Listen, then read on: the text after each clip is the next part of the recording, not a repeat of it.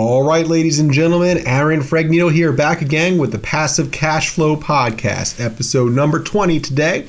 We are going to talk about investing in real estate during a recession. I'm not saying a recession is happening, but it's looking like there's definitely going to be a slowdown. As we know, the stock market dropped about 30% or so. I'm making this video on March 17th. It's a Tuesday. You'll see it on a Friday. It's hard to say where the stock market will be by then, but what I can tell you is it will either be higher or lower than what it is now, because the market is very volatile right now and it is dropping like a stone. So I'm making this video to explain how our investors, how we are currently investing in real estate as the stock market drops, as there's a virus scare going on, and as there's a lot of indicators showing that, hey, you know what, we had a good run. It might be time for a little bit of a market slowdown, a 6 to 12 month recession maybe happening already or about to happen now. So let's talk about how you can invest in real estate to continue to succeed in this market, whether it's up or down, okay? Because I am not a fan of just saying, oh, you know what, I'm going to go pack up and go on vacation for, a year and wait for the market to come back, or a couple of years, wait for all the buyers to get back in the market and for the bidding wars to start again and I'll buy then. No, that's the wrong way to buy real estate. You actually want to buy, in a buyer's market phase one, which is generally happens about halfway middle of a recession. So we are experiencing the end of a seller's phase two right now, and we are about to graduate into a buyer's market phase one. So what's going to happen now is I feel you want to be invested in multifamily real estate. It's no secret here. If you watch my shows, we invest in multifamily real estate all through New Jersey. In fact, if you want to learn how to get qualified with that, you can go to peoplescapitalgroup.com as a passive investor. But we buy real estate in New Jersey here. We manage it in-house and we focus on multifamily. The reason for that is because people need a roof over their head, right? Whether times are good or times are bad, the stock market's up or the stock market's down, people need a roof over their head. Well, they don't necessarily need to pay for office space. They don't necessarily need to pay for their storefront, okay? But, in times like this, one of the last things you're going to stop paying is your landlord to make sure you have a place to live. So I'm a realist. I know that, rents are probably going to slow down a bit. Evictions might pick up a bit. And yes, the cash flow on real estate can be challenged during a recession, okay? Especially a major one like we saw in 2008, which, by the way, I don't think we're going to see anything like that. The banks are in much better position, the economy as well.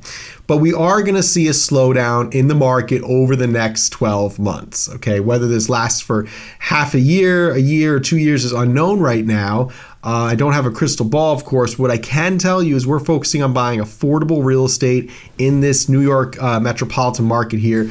The reason we don't go buy out of state is because we manage everything in-house, but we also focus on buying in the New Jersey market where there's a ton of demand. So people need to live around New York City. People need to commute to New York City, whether the markets are up or down, whether there's a virus scare or not. So we do see demand still consistently right now to lease our units, and rent is still growing right now. Okay, things might change over the next few months. We'll see.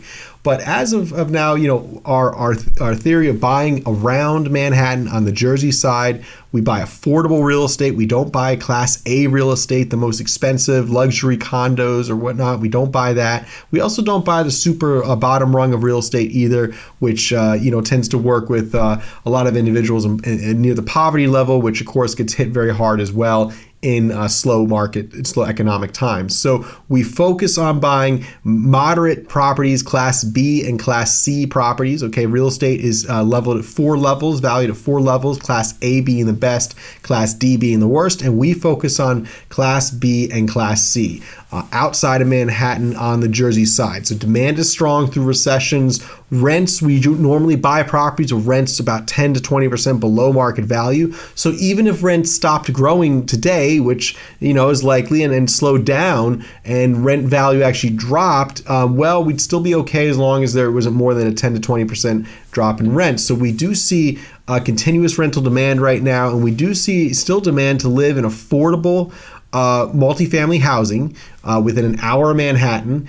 And right now we're doing fine. And we see that, as we batten down the hatches a little bit going forward, since we made investments in good areas, we bought for the right price, our rents have room to grow. We feel like even if there is a market slowdown and a slowdown in rent levels, we're going to be all right with these properties. There's also multiple forms of income on them, such as storage and parking and HOA fees and things like that we can charge to make additional forms of income on these properties. So even if we do have a few evictions and vacancies going on through a recession, we can continue to make income through other forms of income on the property, like laundry, storage, and parking, which allows us to continue to cover all those costs. So we buy cheap, affordable real estate with rents below market value in areas here that get you to Manhattan quickly. And we also avoid high-end real estate and flipping. So right now you want to avoid the super low stuff. You want to avoid flipping houses. I think buy, fix, and flips are really tough in a recession. I'd wait for the market to kind of recollect itself over the next 6 to 8 months here and then decide to start flipping houses again, unless you could really steal a deal or something like that. But over time, real estate values do raise. And, I don't want people to panic. This video is to encourage faith in the real estate market, in the American market, in the economy. This engine, we're going to pause the wheels for a few weeks or a few months now as we try to kill this disease and the spread of it and really slow this down. And that's, a good thing for us to do to protect ourselves and our society. But, I think that we're going to get the wheels turning again in a couple months. We're going to get back on that horse. We have a lot of money in the banks. The government is making sure that, they're going to start ideally maybe sending money out to people or protecting us in different ways. So, it might get worse before it gets better. There might be lockdowns and things like that, and businesses might close for a couple months. But I do think we're going to get back in action here by summer or fall or so. Even if the virus isn't, eradicated or whatnot, we're still going to soldier through this, and we're going to do what we do best, which is, turn this market around as we recollect ourselves. Those stocks will come back. Those whatever vacancies we have will get filled over time during a recession. We don't have any right now, but we recognize that might be around the corner. So right now we are just kind of keeping the coffers a little more filled with cash. But we are continuing to purchase real estate. We're continuing to work with passive investors. We're being more picky on what we buy, but we're executing on a number of properties right now. We did stress tests on these properties, and that allowed us to confirm that they're solid investments for our investors through tough times, through good times and bad. So right now, if you want to learn more about how you participate in those buildings or learn more about working with People's Capital Group as a passive investor, you can go to peoplescapitalgroup.com and put your information in and qualify, hopefully for an upcoming opportunity. And again, if you want to learn more about how we work with investors, different videos, all my podcasts as well, go to our website, peoplescapitalgroup.com, and you can see all of our information there and learn more about our company and our service to investors. The most important thing is that we keep on being transparent, communicate with our investors and our tenants through these tough times, and that People's Capital Group is here to give you guidance, make sure that our buildings are still performing, and that our tenants are healthy and happy, because we know a happy tenant equals a happy investor. So check out peoplescapitalgroup.com, and hopefully we can do business one day in the future. Thank you.